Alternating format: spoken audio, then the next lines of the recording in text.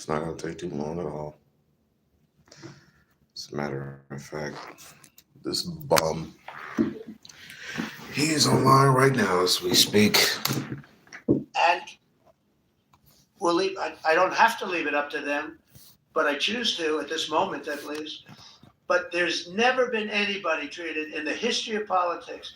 You know, they say the two worst treated presidents by the media, etc., was that man right there, the late great Abraham Lincoln, and this guy right there, Andrew Jackson. They say Andrew Jackson was treated terribly. They give him number one and number two, but that was before I came along, Newt. I say I have number one times 10. Nobody's been treated like I've been treated. And I did a great job. You know, we had a great first term. And we had one of the most successful economies in history, et cetera. I rebuilt the military. We did a tremendous amount. The last part, we had a horrible thing called COVID, and we handled that well. We made ventilators for nations all over the world. We did a great job. Probably never get credit for it. Look at the therapeutics, the Regeneron, all the different things, the vaccines, all the things we did. We did a great job, but we had to focus on that. But we had the best economy in the history of our country. We're blowing it away right now. Look at the stock market. It hit another all-time high today. That's 48 days out of the few days that I've served. 48 days have already hit record highs. And we have, maybe most importantly, the number, we have now, as we say, 17, it's over $18 trillion is being poured into our country. It's because of the election and because of tariffs. Without the tariffs, you wouldn't have probably 18 cents. It's because of the tariffs, because there are no tariffs if they build in our country. And they understand that. So we have medical companies coming over. We have the AI. We're dominating China in AI. Everybody said that's impossible. We're dominating. I'm letting these massive plants build their own electric generating plants. They're becoming utilities in addition to everything. Maybe they'll make more money with that. Who knows? But they're building their own electric because we have an old grid. You wouldn't be able to do that. And we're dominating China. We're dominating with AI, which seems to be the new big thing. That's the new internet. That's the new whatever. So we're very happy with the job we're doing. I'm very happy with the job they're doing. But when you tell me about attacking a political opponent, there's never been, and I'm a legitimate opponent. I watch my son. He's got the number one best-selling book now. My son, Eric, is a wonderful kid. That guy spent so much time with subpoenas. He got more subpoenas than anybody in the history of our country. Think of it. And he's an innocent, good boy. He's a good kid. He's always been a good kid. All of my children are good. They went through hell. My children went through federal grand juries on a hoax. Think of it. You have Adam Schiff and Hillary Clinton and others make up a hoax and then wanting to put, so they know it's a hoax, and they go before the press, say Donald Trump Jr. will go to jail because of what he's done with Russia. I'll never forget, I get a call from my son, Don, and he said, Dad, I'm being accused of something with Russia. I don't know anything about Russia.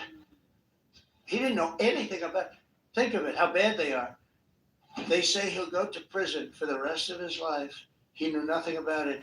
On a hoax, the Russian hoax, Russia hoax, on a story that they made up. And they made it up in order to explain why Hillary Clinton lost an election that she lost by pretty good numbers. The second one was even better, but the third one, this one was too big to rig. It was just too big to rig. They would have rigged. They tried to rig it. But think of it. They want to send my children to jail, but they were after Don in particular. I'll never forget Adam Shifty Schiff, a total crooked guy, lying in Congress, making up a phone conversation that I have with you, totally made up. Then when he heard it was taped, he wanted to disappear. And Nancy Pelosi went crazy because they wanted to impeach me based on the conversation that was made up. When they heard the tape, everybody, I won it unanimously, the Republican Party. I got every single vote, something that never happens. And I beat it. But think of it, they want to put my son in jail for something that they made up. So they know they made it up. And they say he will serve the rest of his life in prison. These are sick, bad people. And don't tell me about us going after them. If anything, we're We've been very, very soft. I wouldn't be that soft, I'll tell you that. Thank you very much, everybody. Let's go. Let's go. Thank you very much.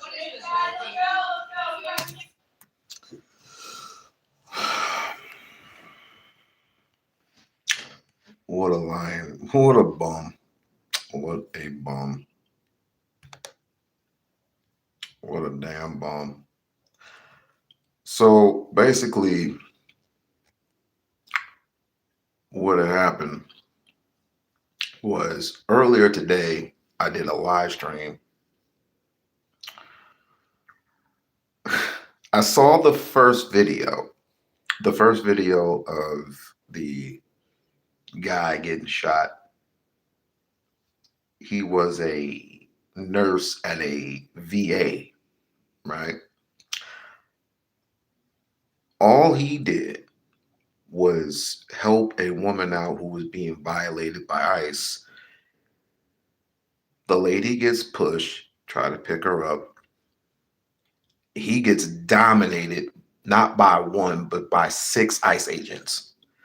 They dominate him, threw him to the floor. Let me see if I can. They threw him to the floor. I might have to refresh. Nope, I'm not saving it. Career criminals in many cases, and people that shouldn't have been allowed in by the Biden administration. Historically, the summer months have been a time when violent crime soar, as you know, but not under President Trump. Today, we're announcing the results of a sweeping law enforcement effort known as Operation Summer Heat. We were in many cities that people didn't know about. We kept it a little quiet, and it had a big impact, and you'll hear that in a second. But over the past few months, FBI offices in all 50 states made crushing violent crime a top enforcement priority. That's what they did, rounding up and arresting thousands of the most violent and dangerous criminals. And these are among the most dangerous and violent people in the world. They were allowed, in many cases, not in all cases, but in many cases, they were allowed in by a very foolish, actually stupid, open border policy. Just anybody could have come in. They emptied out their jails, their prisons, their mental institutions. They emptied them into our country. And the people behind me have done an incredible job, because if we didn't have that administration, it would have been so much easier. They allowed millions of people in this country that shouldn't have been allowed, including over 11,000 murderers, half of whom murdered more than one person.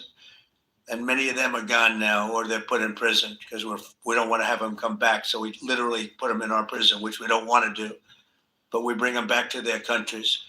Working with state and local partners, the FBI arrested over 8,000 violent criminals during the course of this period. In major cities like in New Orleans, Nashville, we saw a 250% increase in arrests. And we really went after the bad ones. These include 725 individuals wanted for violent crimes against children and murderers. These arrests are in addition to the work of our historic federal task forces that make DC Safe Task Force has been unbelievable. I mean, the job they've done, it's incredible. And it's been so nice, because so many people, they're going out to dinner and they're having dinners. They didn't go out for 4 years. And now they're going out 3 times a week. The restaurants are opening. Restaurants are full. And usually that means a lot of good things. But restaurants that were closed are now opening up. And everybody's happy. It's nobody's ever seen anything like it, actually. And everybody feels safe. You can have a child walk right through the middle of Washington, D.C., and nothing's going to happen. We were losing more than one person a week in what they're being killed on an average of over 1 a week. The Make DC Safe Task Force has been incredible. And the Make Memphis Safe Task Force is having very similar results. It's much earlier, but we've been there for a week and a half, but I'm hearing the results are pretty incredible, and you'll hear about that. They're mobilizing more than 20 federal agencies for the largest law enforcement operation targeting violent criminals in American history. As a result of these efforts, violent crime declined nearly 20% nationwide compared to the same period last year, and it was the safest and most peaceful summer in 2 decades. And honestly, we haven't really even gotten going yet. If we didn't have to fight all of these radical left governors, we could have had Chicago taken care of, as an example. They had, in a short period of time, 4,000 murders in Chicago, and we have to listen to this man stand up and say that we're bad people. And the people of Chicago are walking around with MAGA hats. You have women, beautiful black women, walking around with MAGA hats. Please let the president in, and we don't care how he does it. They're not interested in National Guard or Army, Navy, bring them in. Marines, bring in the Marines. They just want the crime to stop. And more so because of the success that we had in D.C. I think if we didn't have that success, nobody would even believe it. So I want to congratulate all of the incredible law enforcement professionals joining us today, especially Attorney General Pam Bondi, who's terrific. Deputy Attorney General Todd Blanche, who is a fantastic legal talent. He really is. He's a great guy, too. And, of course, FBI Director Kash Patel. They have worked so hard on this and other things. Since the start of the administration, the FBI has arrested over 23,000 violent criminals, more than double the number arrested in the final year of the Biden disaster.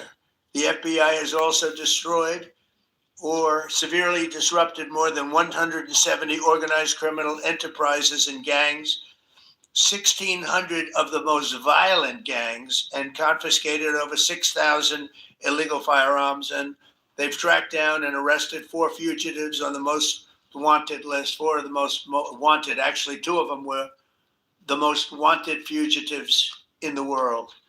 There's still much more work to be done, which is why the FBI continues to work alongside the Department of Justice, the Department of Homeland Security, and the Department of War to defend. And Pete Hegseth has been fantastic, by the way, on this too, on other things, but on this too, to defend law and order and combat violent crime, arrest illegal aliens, and make American cities the safest in the world. And when I campaigned, I talked about crime, but I never knew that we were going to get into it like we did. You know, I mean, I used to watch these cities with the murders. Chicago recently had one deal where they had 11 murders in one weekend. And they said, well, yeah, but it was a holiday weekend. They actually told me that was the reason. Like it was okay because it was a holiday. It was Labor Day. These people are the worst. They really have to, they better, I tell you what, the people in Chicago and the people in places like that can be fixed. At some point, it gets to where you can't fix it anymore. It's too far gone. And we have some cities like that. But these are great cities that can be fixed. I'm going to be strongly recommending, at the request of government officials, which is always nice, that you start looking at San Francisco. I think we can make San Francisco. There's one of our great cities 10 years ago, 15 years ago, and now it's a mess. And we have great support in San Francisco. So I'd like to recommend that for inclusion, maybe in your next group. You get great support. Every American deserves to live in a community where they're not afraid of being mugged, murdered, robbed, raped, assaulted, or shot. And that's exactly what our administration is working to deliver. I didn't realize I was going to make this such a big factor in the administration. I didn't really campaign. I campaigned on crime, but I never thought we'd go into every city and take a really safe city that we've all been living with for years and make them safe. And now it's like a passion for me, and it's a passion for the people behind me. So I didn't get elected. I did get elected for crime, but I didn't get elected for what we're doing. This is many, many steps above. And I want to thank Stephen Miller, who's right back in the audience right there. I'd love to have him. I love watching him on television. I'd love to have him come up and explain his true feelings. But maybe not his truest feelings. That might be going a little bit too far. But Stephen, thank you for doing an unbelievable job. And the people of this country love you, I'll tell you. And they love what you say about crime and stopping crime. So now I'd like to ask Director Patel to say a few words, and then Pam and Todd also. And I just want to congratulate them. This is an amazing thing. And we're just at the start. We're going to go into other cities that we're not talking about purposely. We're getting ready to go in. And when they go in, like Kash as an example, told me that people didn't even know. 5 months ago, they went into Chicago, and they started doing a lot of work in Chicago. And we brought the numbers down a little bit. And but that really was just preparatory work for what we're going to do with the surge. We're going to have a surge of strong, good people, patriots, and they're going to go in, they straighten it all out. So a lot of these cities we're already working on, but we don't do it with a big flavor. But in a little while, you're going to see some numbers that you're not going to believe. And I think you'll probably start with Memphis, because I'm hearing the numbers are much quicker than we even thought possible. But again, DC it speaks for itself. Chicago is going to be okay. We're going to save Chicago. And I told you, and I told them, a very respected man, the head of the Union Pacific, said, "Sir, save Chicago. It can be saved." And the way he said it, it was like, can you believe it? We're trying to save Chicago. But I understood exactly what he wants. And that's what we're going to do. We're going to save all of our cities, and we're going to make them essentially crime free, like other countries have crime free. If you go all over the world, you go to the world, you hear Afghanistan and you hear all these different places. Our crime in certain cities is worse than anything they can even imagine. And we're not going to have that any longer. It's going to stop, and it stops right here. Cash, please. Thank you, Mr. President. What I'd like to do is just highlight some of the outstanding work that the men and women of the FBI have been doing. And thanks to your brave leadership and the mandate you were given by the American people, not only defend the homeland, but crush violent crime, you tasked us with our great partners at the Department of Justice and the Attorney General and the Deputy Attorney General to start making arrests and bring prosecutions and safeguard our cities. And you said it, this is just the beginning. In just 7 months, I hope the media takes a look at every one of these charts, because these are the best numbers for fighting crime in U.S. history, and it's only 7 months in. And to do that, our vehicle to do it of choice was Operation Summer Heat, which the FBI architected to go after violent criminals. And in just a 3-month span, you had 8,700 arrests of violent criminals. You had 2,200 firearms seized off the streets permanently to safeguard our communities. You had 421 kilograms of fentanyl seized. Just to put that in perspective, that's enough to kill 55 million Americans alone. You had 45,000 kilograms of cocaine seized. And thanks to our Department of Justice partners, you had 2,100 indictments in 3 months, from June to September alone. Mr. President, that in and of itself would be historic for a 4-year presidency. You did that in 7 months because you let good cops be cops, and you partnered us with the right people in the Department of Justice to put the handcuffs on and bring them to court and put them in prison. And if that weren't enough, when you look at the year, for the entire 7-month period that we're talking about here, if you look at the past 4 years of the Biden administration, 16,000, 17,000, 15,000, 15,000. That's the number of arrests year over year of violent felons in this country for the Biden administration. Mr. President, in 7 months, you have 28,600 arrests of violent felons in just 7 months alone, because of your leadership and the dedication of the men and women at the FBI who want to go out there and do the job they were prevented from doing, because that department used to be weaponized and politicized. And this is what happens when you take out the fangs of weaponization. This number is historic by every metric. 28,000 people have been arrested, violent felons alone. And then when you go over there and look at some of these charts, if you don't mind, I'll just hop over here. Look at the metrics for not just violent crime, but the homeland. Mr. President, during your administration, the FBI has found and located 5,400 children.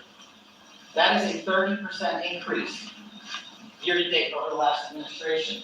Violent crimes against children for arrests alone are up 10%. Gang arrests are up 210% in the last 7 months alone. And transnational organized crime, Stephen Miller has been a great partner, is up over 12% alone. These numbers are historic just as a snapshot. But just so people don't think we're focusing on violent crime alone, the national security mission, Mr. President, and your leadership has never been stronger. We have gone after espionage activities against our main counterparts in China, Russia, and Iran. In China alone, we've had over a 50% increase in espionage arrests alone in prosecution. In Iran, we have had a 50% increase, again, in espionage cases.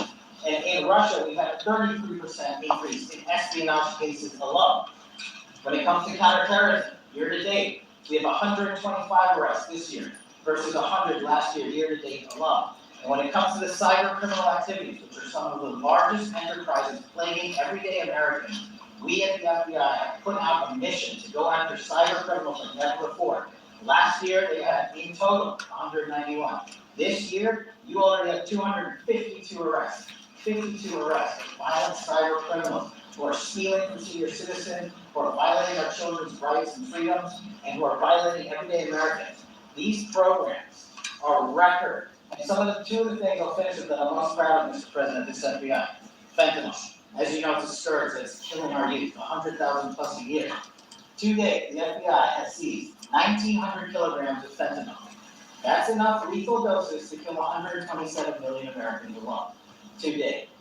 And if that weren't enough, Mr. President, you said we have to go after the worst of the worst. And you empowered our Department of Justice, our Attorney General, Deputy Attorney General, and the Deputy Director at the FBI, led the charge, not just on summer heat, but he also led the charge to the FBI's 10 most wanted fugitives. These people have been on the run for years.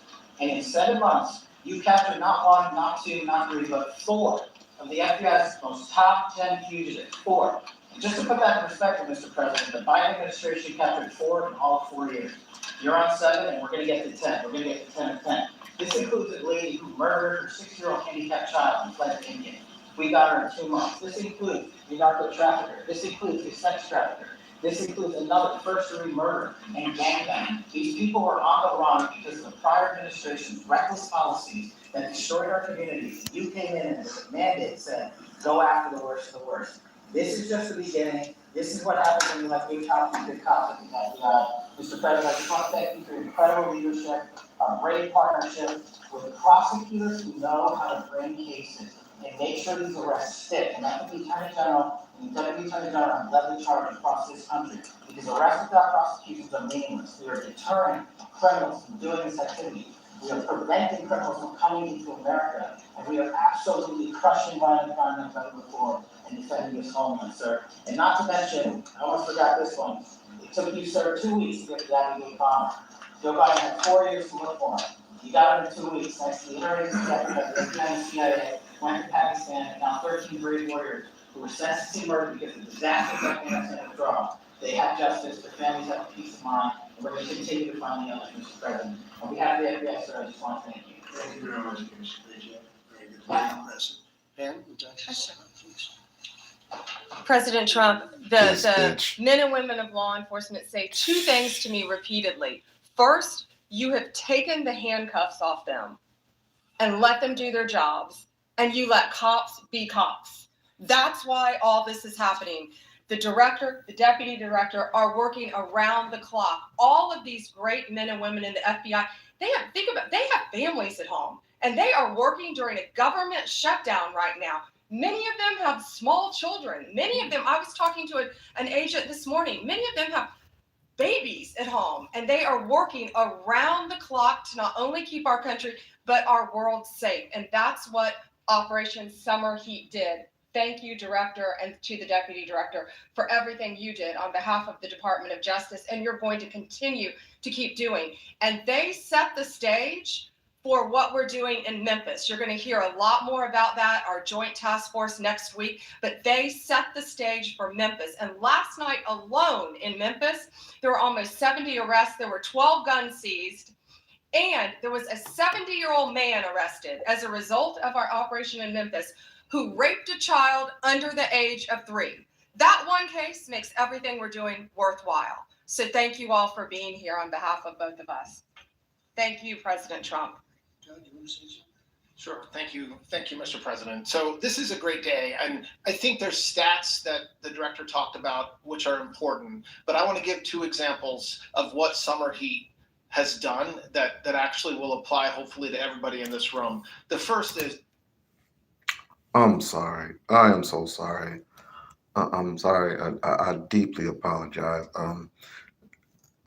How much DJD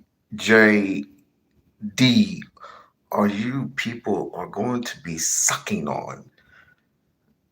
You do realize an innocent man was murdered today? Or I'm sorry, yes, it was today. An innocent man was murdered today.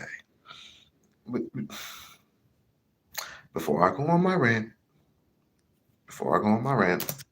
the second example is a large narcotics trafficking group that was selling fentanyl in the state of Washington. They were shipping fentanyl and using commercial aircraft, putting fentanyl pills and powder onto in suitcases, flying them from the southwest border, mostly Arizona, all the way to Washington. It had been going on for an extremely long time, and the entire organization was arrested. And I say those two examples because it's easy to look at the board and see 1,000 arrests. How much different is our communities now compared to the past 4 years? But there's actual life examples. Every one of these arrests means that our streets are safer, and that's because of the work of this administration, of President Trump and Director Patel. So I will tell you, Attorney General Bondi and I are together every day with Director Patel, figuring out ways that we can continue to do this work, and it's not going to stop. Like the Attorney General said, and like the President said, this is just the beginning, or phase one, or a start, whatever you want to say, but it will continue on. So thank you, Mr. President. Thank you very much, Director Patel. And Mr. President, just one last thank you for the men and women at the FBI. You found a way to get these individuals paid during a government shutdown, our 1811 agents. So on behalf of the FBI, it's a great debt that we owe you, sir. They're now allowed to pay for their families, so thank you. And the military. That's right. Look at Thank you. Okay, thank you very much. Any questions, please? Brian, go ahead. Mr. President, first of all, I know the feedback I'm getting from the American people, but they want to say thank you. Law and order is not an option in this country. It's a mandate. So I know the American people thank you for that. In terms of the guns that have been taken off the street, do you have a number of how many guns were taken away from someone that had a prior felony or a previous crime, that perhaps we can prosecute that? Because I know that wasn't the case under Joe Biden. We don't take guns off the streets of people that are allowed to have guns. So every Bullshit. gun off the street is because it belongs to somebody who is not allowed to have it. Could be a felon, could be somebody who lives illegally. There's all sorts of conditions. But if there's a gun taken off the streets by the FBI, it's because the person who has it is not allowed to. It's not somebody who's lawfully allowed to have it. So every single one of those guns were taken off of people that aren't allowed to have it. And not including the FBI, all of the other agencies. ATF alone since January 20th has removed over 25,000 illegal guns off our streets just since President Trump's been in office. Mr. President, if I can follow up on that, could there be any further conversation to have national concealed carry applied to actual DC? Like if you had a driver's license in Texas and you had a permit, of course you could drive. Well, as you know, they've been talking about that for a long time. It's an interesting question. A lot of people feel strongly both ways, but we are talking about that, Brian. Thank you. Mr. President, on Venezuelan votes, I want to ask you, why not have the Coast Guard stop them, which it is empowered by law to do? You know, this way you can confirm who's on the boat and ensure that they're doing what you suspect. Because we've been doing that for 30 years and it has been totally ineffective. They have faster boats. Some of these boats are seriously, I mean, they're world-class speedboats, but they're not faster than missiles. But we've been trying to do that for years, and so much of the drugs, 25-30%, would come in through the seas. Right now we have, I would say, none coming in through the seas. In fact, I don't know about the fishing industry. If you want to go fishing, a lot of people aren't deciding to even go fishing. We've almost totally stopped it by sea. Now we'll stop it by land. What's the next But step? it never worked. It never worked when you did it in a very politically correct manner.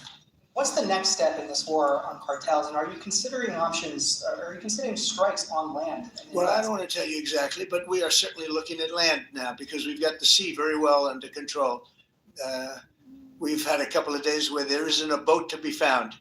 And that, I view that as a good thing, not a bad thing. But we had tremendous amounts coming in by boats, by very expensive boats. You know, they have a lot of money, very fast, very expensive boats that were pretty big. And the way you look at it is every boat that we knock out, we save 25,000 American lives. So every time you see a boat and you feel badly, you say, wow, that's rough. It is rough, but if you lose 3 people and save 25,000 people, these are people that are killing our population. Every boat is saving 25,000 lives, and you can see it. The boats get hit, and you see that fentanyl all over the ocean. It's like floating in bags. It's all over the place, and it's God. It's a tremendous. We're saving tremendous amounts of lives. Yeah. Mr. President, on that issue, I didn't. And you also destroyed thousands of lives as well. So why don't you just come out and just tell the truth? talked about, I have a question for you, and then I also have a question for Director Patel. I know you talked about having some distaste for Boston recently. Is this one of those cities that you might be looking into, and can you give us a hint about other cities that you might be? You say for where? For where? For Boston. Yeah, well, Boston has a bad mayor who at least is a reasonable IQ person. You know, most of them are low IQ, but and they're so bad. I mean, what's going on in Chicago is just, you'd think the guy would say, hey, look, we have a problem, Mr. President. Could you come in and straighten it out? We could have that done in a month if we had their cooperation. It's going to be done anyway, but we could have it done in a month. Guy. Yeah, Boston, she's got 4 areas that are, wrong. And, somebody said, would we think about taking the World Cup away from Boston if they don't straighten it out? The answer is yes. We have the right to do that with FIFA. So if we think that LA is going to be bad, or we think that applies a little bit to the Olympics too, but we'll talk about FIFA first. FIFA is very hot. If we think there's any reason that, whether it's Boston or anywhere else, that they're not doing their job, we're going to take those World Cup games and move them someplace else. Thank you. And then Director Patel, there's been so many conspiracy theories swirling around about the assassination of Charlie Kirk. Do you have any updates for us, especially in light of all the online content that everyone's been talking about? The only thing we deal with at the FBI and the Department of Justice is facts, and we delivered in record speed a manhunt to capture Charlie Kirk's alleged assassin in 33 hours. And if you put that in perspective to Luigi Mangione or the Boston bomber, they took them 5 days and a police officer lost their life in their manhunt. We are running out absolutely every single lead, and the best thing we can do to honor my friend Charlie Kirk's life is to make sure that everyone involved is prosecuted to the full extent of the law, and that's what we're focused on, investigating the facts, not trading in conspiracy theories. Okay. Mr. President, thank you so much. Thank you. In light of China's export curbs on rare earths, do you view India as a reliable partner going forward? And are you planning to meet Prime Minister Modi in Malaysia? Are you open to talks in terms of Yeah, sure. He's a friend of mine. We have a great. You say you're from Norway. How do y'all feel about what's going on in Norway right now? Relationship. He just said that 2 days ago, as you know. We have a great relationship. No, we were not happy with him buying oil from Russia, because that lets Russia continue on with this ridiculous war where they've lost 1.5 million people. By the way, Russia's lost 1.5 million people, soldiers mostly. This is a war that should have never started, but it's a war that Russia should have won in the first week, and they're going into the 4th year. And I want to see it stop. So I was not happy that India was buying oil. And he assured me today that they will not be buying oil from Russia. That's a big stop. Now I got to get China to do the same thing. That is relatively easy compared to what we just did over the last week in the Middle East. Middle East was 3,000 years. I am deeply sorry for that. I'm deeply sorry for what's going on in Norway, even though I've never been outside of the country. But I truly know now what a Nigerian feels. The people of Nigeria, I know how they feel, definitely. And as soon as I heard that, I said, a lot of these countries, they're not the only country, but they're the worst abuser. And they've allowed thousands and thousands of prisoners, mental institution, people from mental institutions, insane asylums, emptied out into the United States. We're bringing them back, but that's a really bad, and they did it at a level that probably not, many countries have done it, but not like Venezuela. They were down and dirty. And the other thing of drugs, we have a lot of drugs coming in from Venezuela, and a lot of the Venezuelan drugs come in through the sea, so you get to see that. But we're going to stop them by land also. Does the CIA have authority to take out Maduro? Oh, I don't want to answer a question like that. That's a ridiculous question for me to be given. Not really a ridiculous question, but wouldn't it be a ridiculous question for me to answer? But I think Venezuela is feeling heat, but I think a lot of other countries are feeling heat too. We're not going to let this country, our country, be ruined because other people want to drop, as you say, their worst. They have given us their worst. They've loaded up our country with prisoners, with mentally ill people that are seriously ill, criminally ill, and we're not going to take it. And so, I mean, it's You got a lot of nerve to talk. It's just one of those things. And I can tell you, we've taken care of the sea. There's nobody, and we're watching. And if we see it, we'll save it. Yeah, please. On the ships though, sir, there are Republicans and Democrats up on the Hill concerned that in the briefings they've gotten about those attacks, they're not necessarily getting information about who was on them and what exactly was on those ships. Can you ensure that? But they are given information that they were loaded up with drugs, and that's the thing that matters. When they're loaded up with drugs, they're fair game. And every one of those ships were, and they're not ships, they're boats, they're speedboats. They're extremely fast, record-setting type speedboats. They cost a lot of money, and they have a lot of money because they're drug sellers. But they know one thing, and they all have the same thing in common. There's drug dust. They call it drug dust. They call it fentanyl dust all over the boat after those bombs go off. And you can take along. We know before. We know when they go out. We know we have much information about each boat that goes out. Deep, strong information. Yeah, please. So you have Volodymyr Zelensky here this week. What is your message at this stage of the war for him? And shy of tomahawks. To who is it? For Zelensky. Yeah. Shy of tomahawks for Ukraine. Are you considering other options, and will you speak with Vladimir Putin? No, we're looking at other options. We are. President Zelensky's coming in. I'm not a fan of the war. I'm not a fan of the way it started. It should have never happened. It wouldn't have started if I were president. The election was rigged. And because of that, we lost a lot of lives have been lost because of that. We're not American lives. But if I can save a lot of lives, that's why I'm in it. I want to save lives. I've had 8 wars. The Prime Minister of Pakistan got up the other day, said so beautifully, he says, you saved millions of lives. He told that to a group of people right in this office. He said, the president saved millions of lives. And I think what he's referring to is the fact that that would have been with India nuclear war. That was getting very close. 7 planes, they don't talk about it, but 7 aircraft were shot down. In fact, we have the new ambassador to India right here. They're well represented.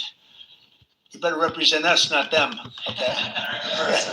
But Sergio's going to do a great job. He's going to do a great job. But no, we'll be talking about the war with him, and we'll be talking about. I mean, they want to go offensive. I'll make a determination on that, but they would like to go offensive. You know that, and we'll have to make a determination. Question, given you have the FBI director and attorney general here today, Jim Jordan has asked Jack Smith to appear in front of the judiciary. You mean deranged, Jack? He's a deranged individual. Yeah. Here go with the hominem attacks. I'm surprised it takes so long. We're talking about violent crime. What about the crime against a political opponent? That's what we have to talk about too. Jordan would like to understand the full extent to which the Biden-Harris Justice Department recognized federal enforcement. What do you think the committee will find out? I think it was the worst weaponization of a political opponent in the history of the world, let alone this country. And I hope that everybody's, they're involved in it. I'm not. I'm the one that had to suffer through it and ultimately win. But what they did was criminal. Deranged Jack Smith, in my opinion, is a criminal. And I noticed that his interviewer was, I think that was Weissman. And I hope they're going to look into Weissman too. Weissman's a bad guy. And he had somebody in Lisa who was his puppet. Notice whenever time he says, that's a bad guy. He's a bad person. He's a bad guy. He's a bad person. All hell breaks loose. Y'all need to be careful. Y'all need to be careful with your words. Strongest border of anybody. Nobody has a border. We have a border where the numbers just came out again. You saw 0 people came in illegally. Now, we do take people into our country legally, but 0 people. But, you're talking about Hold up. Trump, stop lying. Just stop lying. Just months ago, you let in 60 South Africans who were white. Just a few months ago, you were talking about letting in Asians from, I think it was China, for whatever crazy reason. Where's the accountability? Right? And I don't know what to do with the lawsuit. It's a great lawsuit, and now I won. It sort of looks bad. I'm suing myself, right? So I don't know, but that was a lawsuit that was very strong, very powerful. They raided illegally my house in Florida, Mar-a-Lago. They went through the drawers of my young son. They went through all of the cabinets and drawers of the first lady. She walked in, she said, "Wow, what happened?" Because she's very meticulous, and this wasn't so meticulous. As she looked into the drawers and she saw everything a mess. It's what they did against a person that just got out of office. And then you look at these corrupt people. You look at Hunter Biden. You look at the signatures. An example, the Europen. I just signed so many different things. An admiral, a four-star general. That I'm signing them left and right. The commissions. And by Who is writing your script, dude? the way, I want to compliment John Thune and also Mike, our great speaker. I wanna who writes his script. I really want to shake their hand and congratulate him for writing his script because he is a great actor. But John Thune, all of a sudden I'm getting these things by the hundreds. I was getting one every 2 weeks. It would have been 4 years before you got them in more. You would have had some that didn't even get in, all because of Democrat obstruction. So John Thune did a great job. I must have signed 200 into the administration. We're just about caught up. It's amazing. And so compliments to John. He had to do some things that were very tough to do that he didn't want to do, but he was forced to do it by the Democrats. And as far as the shutdown is concerned, this is a Democrat Schumer shutdown. And he's trying to do it to get relevance back into the party because he's a loser. I've known him all his life. He's always been sort of a loser, but an intelligent one. But I think he's losing IQ points with time. I think that happens. I hope it hasn't happened with me. I know if it did, you guys will let me know about it very quickly. Violent crime, sir. Here in DC, a judge has given the two teenagers that beat up staff for big balls probation. That's incredible. And no jail time. Is this justice? Janine Pirro. Do me a favor to non-Trump, anti-Trump supporters, write impeachment in the chat. Was doing a fantastic job, and she is beside herself because you have these radical left judges that they beat the hell out of this guy. There was many people against this one guy who was really trying to protect his girlfriend. He didn't want to hood it over the door but they really beat him up badly. And that just happened, right? Wow, that's terrible. I think the judge should be ashamed of himself. That's a big problem. You know, they can do their job and then they go into a court and the people are protected by these, I don't know where they come from. Where did these people come from? Where did the judges come from? I want to compliment on behalf of Pam and Todd and all of us because, Cash, I think that Janine has done a fantastic job. And the case I heard was like flawless. It's a flawless case. They have them on tape. They have everything. And then a judge gives them a little probation. These are rough guys. And they're young. And if that happens, they're going to grow up. They're going to be real bad. They're going to cause a lot of problems. Yeah, please. Go ahead. So, just talking back to India, what were the conversations like with Prime Minister Modi and the other? I think they were great. He reported to me that you're great. He's a great man, you know. Modi is a great man. That he loves Trump. Now, I don't know if the word love, I don't want you to take that any different. I don't want to destroy his political career, okay? But you have to understand, I've watched India for years. It's an incredible country. And every single year you'd have a new leader. I mean, some would be in there for a few months. And this was year after year after year. But I thought you loved Puffy. I thought Puffy was your good friend. My friend has been that so-called war machine look good. I'm sorry, did he? But he could make a settlement. We're willing to settle. I thought we had a deal. The hatred of the two leaders is very, it's an obstacle. It's an obstacle. There's no question about it. But I thought we had a deal 2 months ago.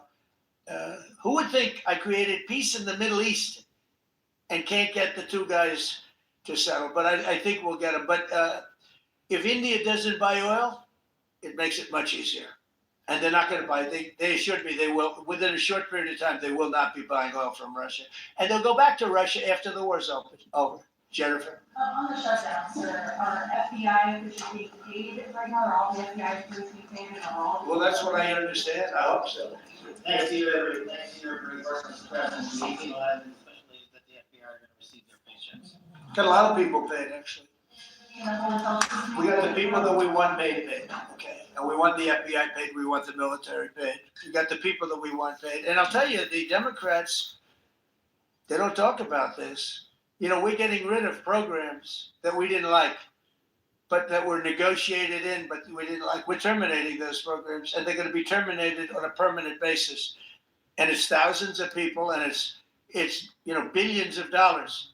We're getting rid of a lot of things that we never wanted because of the fact that they made this stupid move.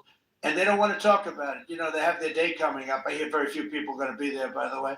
But they have their day coming up, and they want to have their day in the sun. But they should really make a deal. So what we're doing, I mean, they call him Darth Vader, but he's actually a very nice person, Russell Vogt. But Russell Vogt is really terminating tremendous numbers of Democrat projects. There's not only jobs, I mean, the project in Manhattan, the project in New York, it's billions and billions of dollars that Schumer has worked 20 years to get. It's terminated. Tell him it's terminated, Jennifer.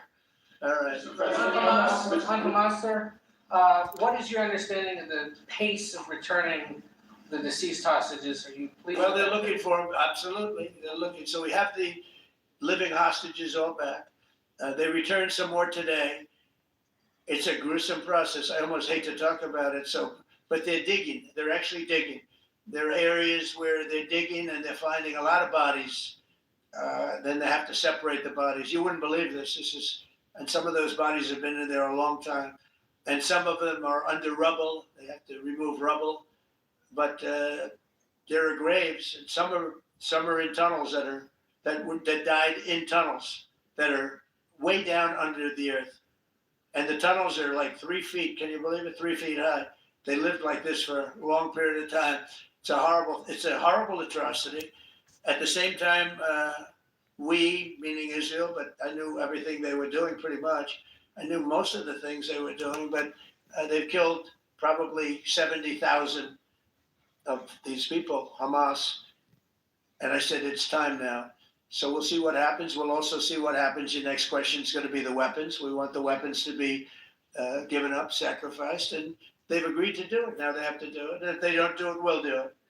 The CENTCOM today suggests that Hamas needs to hurry up and disarm and follow your country. That was the head of CENTCOM saying that. Is that not a signal to Hamas, to the rest of the world, that at some point the U.S. military may more directly engage? We won't need the U.S. military. We won't need it. We'll get involved because we're very much involved in it. If we weren't involved, there wouldn't be peace. If we didn't destroy the nuclear capability of Iran, that deal would have never happened for two reasons. The Arab nations would not have felt bold enough to do it because you have a very powerful, at that time, Iran. It's not powerful anymore between what Israel and us did. Because, the attack was, if you look at it, we helped them very much. They will be the first to tell you, including shooting down thousands of drones that were coming into Israel. We shot them down. We were shooting them down like it was target practice, but we shot down thousands of drones and missiles also going into Israel. But between what we did to Iran that way with the, conventional, we will call it, and see that beautiful plane, that B-2, I noticed it on the desk. I always thought it was beautiful, but I never understood it. Now I understand it. It took in hundreds of thousands of bombs in the form of two, but hundreds of thousands of pounds of bombs. And every single bomb hit perfectly. Then they sent Tomahawks in. They sent 30 Tomahawks on top of it. And that was totally, CNN said, well, maybe it wasn't as bad as Trump said, because I said obliterated. Obliterated is not a strong enough word, actually. And you saw the Atomic Energy Commission came out and said the word obliteration is very, very, think of it. They came in under potential fire. They entered Iran airspace late at night, in the dark, no moon. The moon was low for a reason. It was the one time we picked it. Couldn't see anything. And they hit every target. and they weren't hit. Nobody saw that plane. That plane is stealth. Nobody saw it. The problem with that is it may be stealth today, but tomorrow it won't be. And we just ordered about 20 brand new B-2 bombers. It's unbelievable as a weapon. I know Putin, when I was riding with him in Alaska, we passed a lot of them. And he said, that really did the trick. I said, yeah, it did. It's amazing. Flying wing. It's no reason for the U.S. military to get involved in Gaza. No, I don't see that. No, I think we're going to handle it very well. We'll be helping Israel, but we have other countries that are now. You know, we signed, many countries signed, and many of those countries. It's 167 in the chat. Do appreciate it, and I do want to apologize for the late night stream, but we can continue with the light. Well, let me not be savvy. Please hit the like, share, subscribe, like, share, and subscribe. Thank you to all the people in the chat. For those who I made mods, thank you. Let's continue. And oh, by the way, if I catch one racial slur, mods, you know what to do. No racial slurs of any kind. YouTube is cracking down on a lot of shit. So let's watch the slurs, please. Exposed as being a nothing, we would have no defense. You know, they've used tariffs on us, but we've never had anybody sitting in that chair that felt the need to do it. And they've allowed us to be $37 trillion in debt, et cetera, et cetera. Tariffs are a very important tool for our defense, for our national security. If we don't have tariffs, we're not going to have national security. What up, Johnny boy? If you look at Pakistan and Iran, I told them I was in the midst of negotiating a trade deal. What up, my boy? Actually, with Iran, and Pakistan was going to be in line. And because of tariffs, they all want to negotiate much differently. We're making a good deal. And then I heard that they're shooting at each other. And I said during one of my conversations, are you guys going to go to war? 2 nuclear powers. We are thinking about, I said, here's the deal. You go to war, I'm going to put a 200% tariff. I'm going to stop you from doing any business in the United States. I said it to both of them. Within 24 hours, the war ended. That would have been a nuclear war. And again, the Prime Minister of Pakistan, who was here 2 weeks ago, said that man saved many millions of lives in front of a whole group of people because he thought it was going to be war.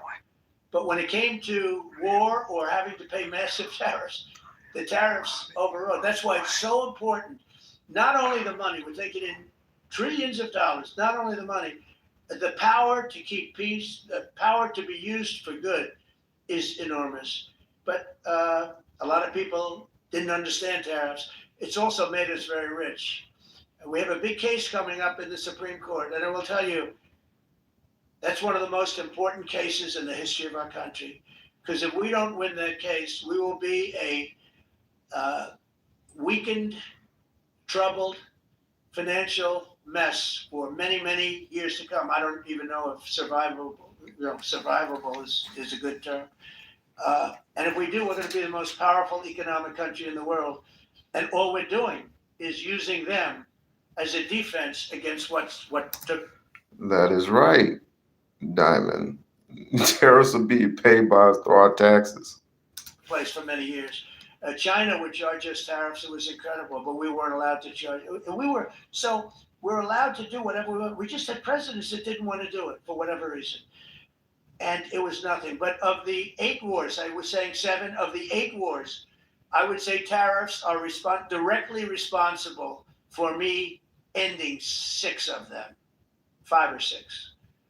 Without the tariffs, you have wars raging all over the world. With the tariffs, other than Russia, we have no wars out there. And we made a lot of good friends too. Tariffs are so important to our national security. If we don't have tariffs, we don't have national security. Our country would suffer a level that, because they use so strongly on us. As an example, the European Union, They won't take our cars, they won't take our agriculture, they won't take anything, but they send their cars in, Mercedes, BMW, Volkswagen, by the millions. We don't send any cars. They don't take them. They were tariffing us out. Agricultural product, they don't take our agriculture. They want their farmers to do it. I understand that. But it was very unfair, and they were tariffing our product. They're keeping out by using tariffs. And we didn't use it, but I used it. And now we made one of the great deals with your $650 billion they pay us. And we've evened it out. It's really a good thing to see. And you have to understand, they've all signed. Japan, South Korea. I mean, South Korea, $350 billion up front. Japan, $650 billion. And they've all agreed to it. They're all happy.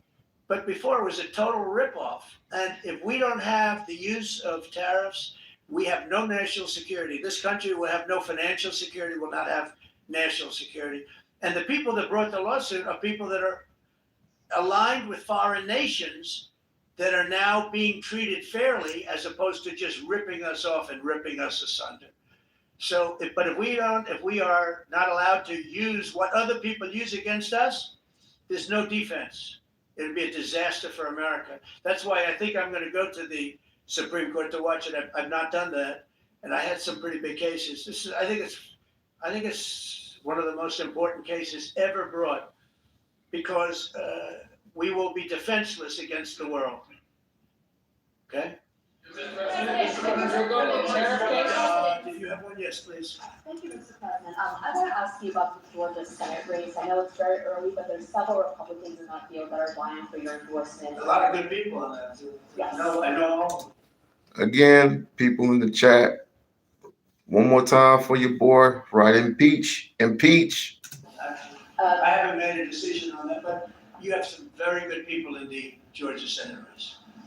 Well, Governor has endorsed. No, the governor has, and he's doing to be about it a lot. He likes that candidate a lot. And I understand that. I haven't made a decision yet. But I'm following that race very carefully. I think it's very important for Georgia to get a real senator, because the senator they have now is a horrible senator. He allows all the crime, all the borders. You have open borders. I mean, his whole philosophy is a disaster. That's not representative of the people of Georgia. I know the people of Georgia. I won Georgia 3 times, but they say twice. Okay, I won it very big the last time, and I won it big the first time, and I won it big the second time. But we had criminals that didn't allow. I mean, I hope they're going to go into that. I hope they go into the votes which are being stored in Fulton County and take a real look at those votes. Okay, because I won it the second time too. But I know Georgia very well. I love Georgia. Those people are great, and they deserve a good senator, because the man they have now is a weak, ineffective person. Okay.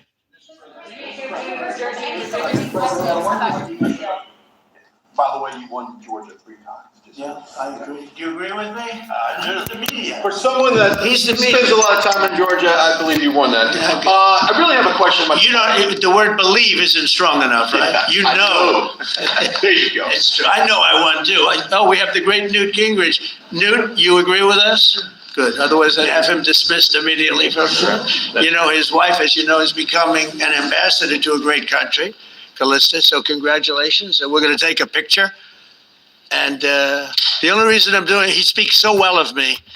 He said, I'll go down as the greatest president in history. And then he blew it. He said, I'm not sure if I put him above Washington or Lincoln.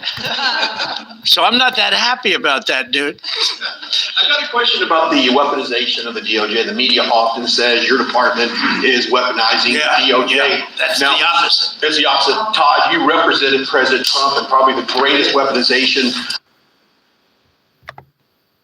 And we have some new details into our newsroom this morning out of Minnesota, as a second person has been shot and killed at the hands of ICE agents in Minneapolis. Danita, overnight that we learned that the victim has been identified as 37-year-old Alex Preddy. Preddy, an ICU nurse and U.S. veteran, was shot and killed in the Twin Cities yesterday morning. Hey everybody, Dr. G here. I'm a clinical and forensic psychologist as well as a body language expert, and today we're going to be analyzing the behavior and body language that led up to the shooting of Alex Preddy. Before we get started with this, a couple of quick things. We're going to be looking at it from different angles. So he sees her, she's standing still, and he pushes her hard. Now, this is something I haven't seen a lot of people talk about, but this shows how much aggression is already building up in this situation. As you can see, she's not doing anything particularly confrontational at this point.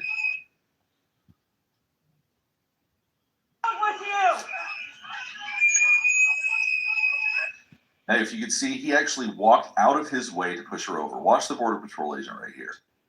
What is wrong with you? He spots her. As she continues to talk, he starts stepping closer, and he pushes her with all of the force he's got.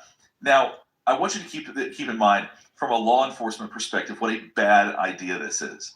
Because if they're concerned that people are armed, if this was someone that was armed, that he was afraid could be armed and fatally shoot him or something like that, this would be the dumbest thing you could do, which would be to create a tremendous amount of space between you and a suspect, or you and someone that you think could hurt you. Now, the person that he just pushed over was not Alex Preddy. But the point is that this is not a safe activity for law enforcement to do. This is not advisable for law enforcement to just push somebody over. If they need to have some sort of intervention, if they're going to arrest somebody, they need to do it in a way that keeps them safe. This is Thank you very much for coming by. not suggesting that they are acting in the safest manner possible. What's wrong with you? See, steps out of his way, just absolutely lunges and pushes her over. So after she's fallen over, now you can see Alex Preddy turn and starts to confront this officer. Now, the agent pulls out pepper spray or some sort of non-lethal spray. You can see he's got one hand up in a defensive posture. Alex Preddy has his head turned to the right. He's trying to avoid now. And as you can see, the officer continued to spray him in the face. So it wasn't one spray and then back up or do something in order to make the situation safer. This agent, as he continues to try to spray him in the face as much as possible, is adding to the chaos of this situation. See, he's following him and continuing to spray him. Alex Preddy had his arm up in a defensive posture. He reached down. I presume he's trying to help her up right here. And then the Border Patrol agent pushes Alex Preddy. So that's one push, spraying. Now a second push. So this Border Patrol agent is clearly very agitated right here. He's being confrontational. He's going out of his way to make things disruptive. This is not somebody who's trying to de-escalate. This is someone who is actively escalating the situation very, very quickly.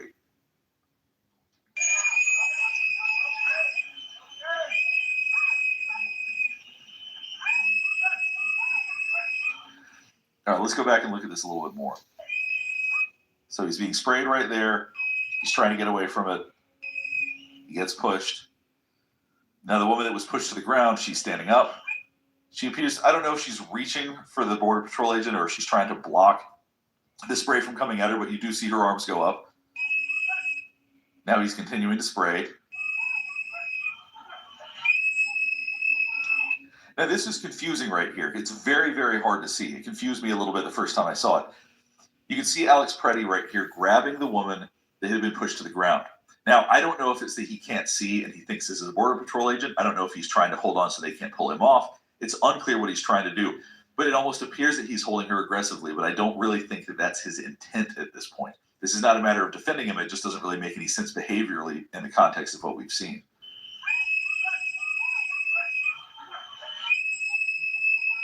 See, she's getting dragged a little bit right here. He's continuing to hold on to her.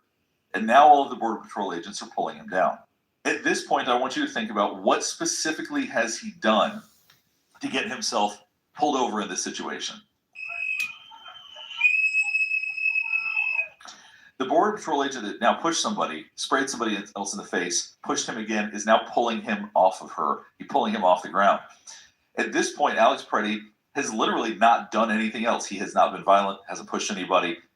We can't hear what he's saying. Maybe he's saying something that's agitating, but we're not seeing any physical behavior from him at this point that has been threatening towards police at all. Or threatening towards Border Patrol, sorry.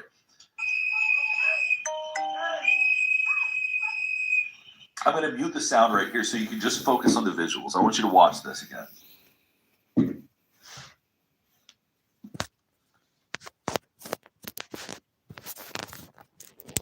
So at this point, As you can see, this Border Patrol agent right here is looking for a fight. He seems very angry. Talked about the whistles. I talked about other elements. I don't know why he's so agitated, but he is aggressively pursuing these protesters.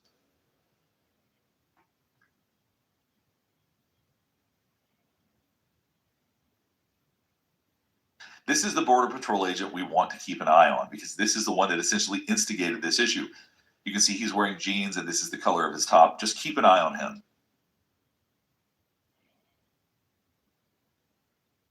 So as you can see, he's holding the pepper spray still, and it looks like he's hitting him in the face. It looks like he's swinging down and hitting Alex Preddy in the face. See, he's striking him with his pepper spray right now. Now we're going to go and look at some different people in this video, but I want you to keep in mind, this is somebody who instigated this. He started it. Now Alex Preddy is down, presumably unable to reach anything, even though he seems to be struggling right now, and he's striking him in the face with a pepper spray bottle or whatever this non-lethal agent is. Now I want you to be paying attention to the audio right here.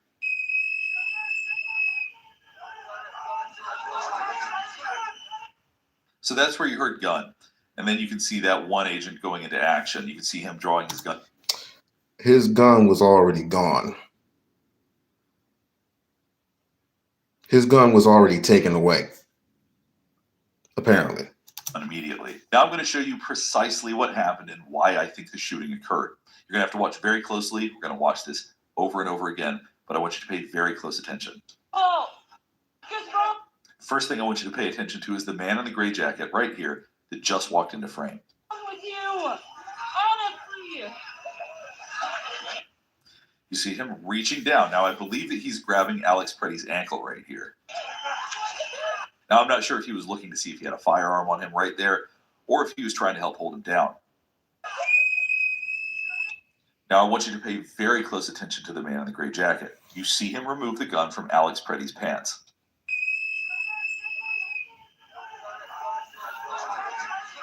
Right there. Let's watch this again a couple of times. He's going for it and then pulls the gun out. Right there. The second he pulled the gun out, you heard somebody yell gun. Now, we're going to have to go back so that you can understand why this happened the way it did and what led to a shooting. Now, what's stranger, though, is the behavior of the man who pulled the gun out.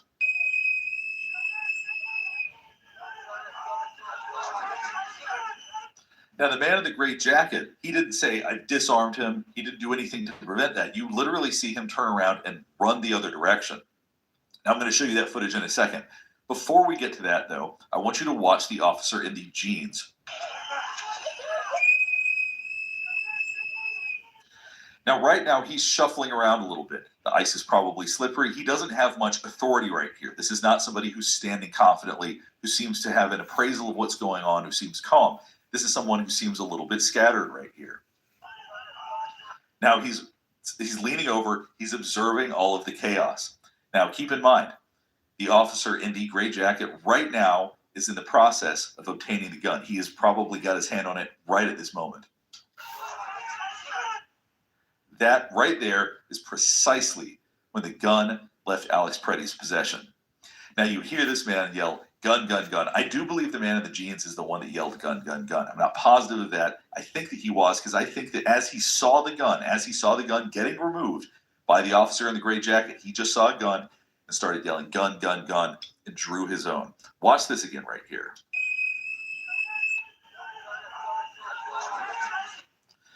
That was the first time we heard the word gun yelled. I know it's really hard to hear this, but the word gun was just yelled. Now this officer in the jeans has his hand on his own gun and he's getting ready to draw. But I believe he's the one that yelled gun. Now he's aiming his gun directly at Alex Preddy. Now keep in mind, Alex Preddy, this is Alex Preddy's back that's being aimed at right here. Alex Preddy's arms, I believe, are in front of him. And if you watch the man in the gray jacket, he's getting ready to turn around and go the other direction. Now watch the legs of the officer holding his gun. I'm going to go back. I want you to just pay attention to his legs.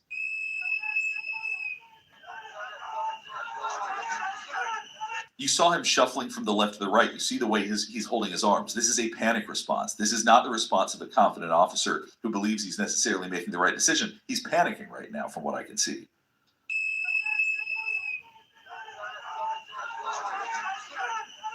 Now this other officer has literally pulled the gun out, and that's as soon as he starts aiming the gun is no longer present. It is no longer visible, and that's when he aims the gun at him. Now pay attention to the officer in the gray jacket right here. I want to show you the immediate response once he gets home. Now, people in the chat, I want you to be honest with yourselves. Was the shooting justified? Yes or no? Repeat. Was the shooting justified? Yes or no? Hold up the gun. So right there, this is the point where he has the gun. The shooting has now started right here. And he is literally running away and not looking back. Now at this point, when he took the firearm, as far as I can tell, because we couldn't hear it, he didn't announce to everybody else that he had the firearm, that the man had been disarmed.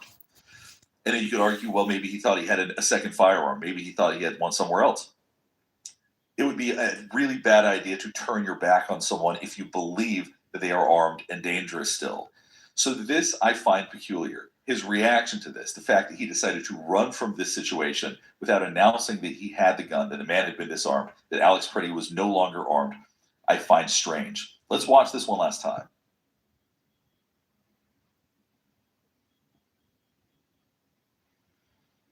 Now you may be wondering whether or not this officer believed there was actually a credible threat.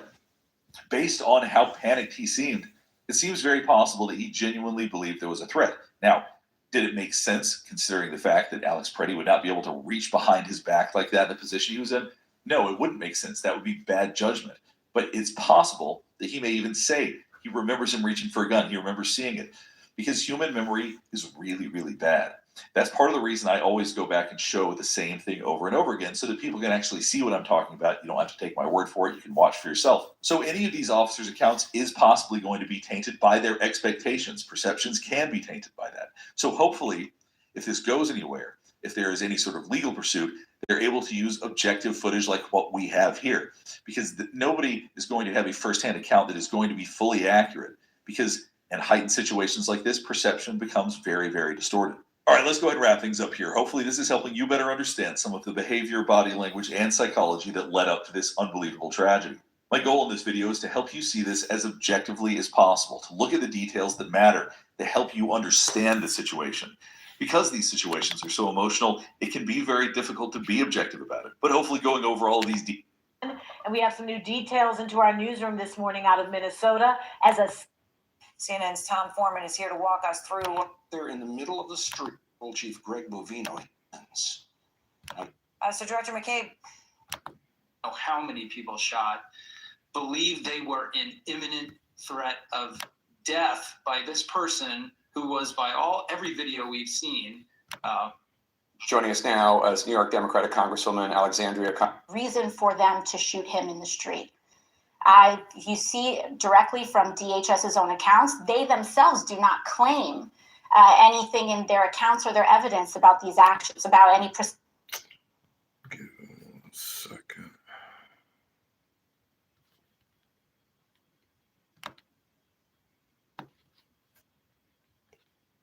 I saw this shit person. and we have some new details. Yesterday morning, according to analysis, the awful gun holder before the shooting and shortly after Pretty's death, the Trump administration said the agent involved acted in self-defense. The officers attempted to disarm this individual, but the armed suspect reacted violently.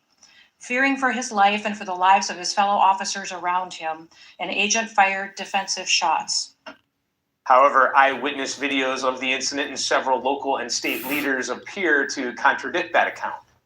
Trump administration has already called Alex Pretty a domestic terrorist. He was a nurse. The chaos that we are seeing is caused directly by ICE, Border Control, and this federal administration. Minnesota Governor Tim Walz is vowing to conduct a state lead investigation into this incident despite federal oversight, and this as another wave of outrage is spreading across the country as protesters and state officials renew their calls to end the ongoing immigration crackdown.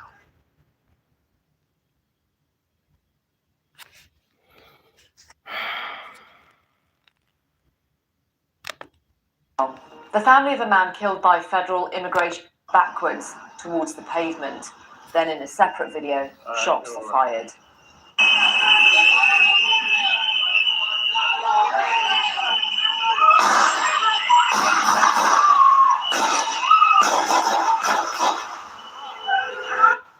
Protests have been How many shots was that, y'all? How many shots was that? taking place around the site of the shooting. Law enforcement.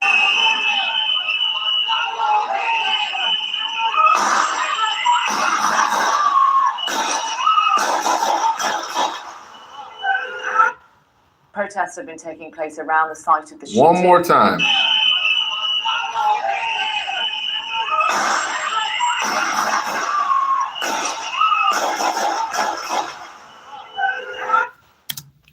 You are correct. 10 shots. 10 shots. Does it take 10 shots to kill a man? Does it take 10 shots to kill a man?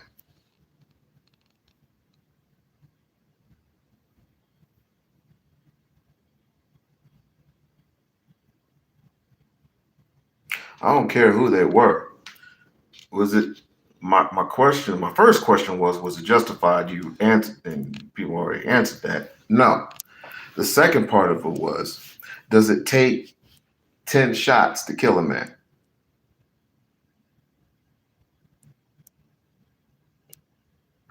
No, this is Nazi. This is, like I said before, this is Nazi Germany all over again.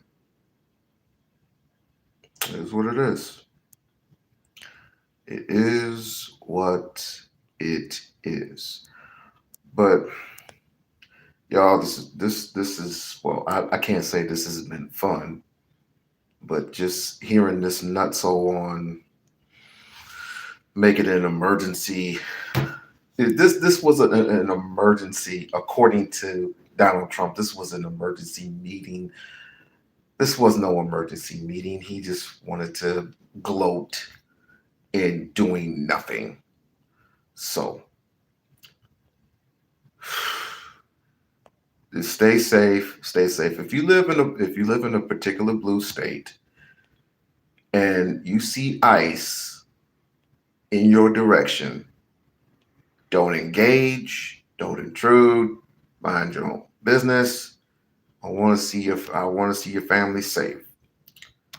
This is not just about what happened with Renee. This is about what also happened with Renee happened to Keith Porter in LA. Right now, Donald Trump is bugging. All because of a fucking Nobel Peace Prize that he did not win or was not handed to him properly.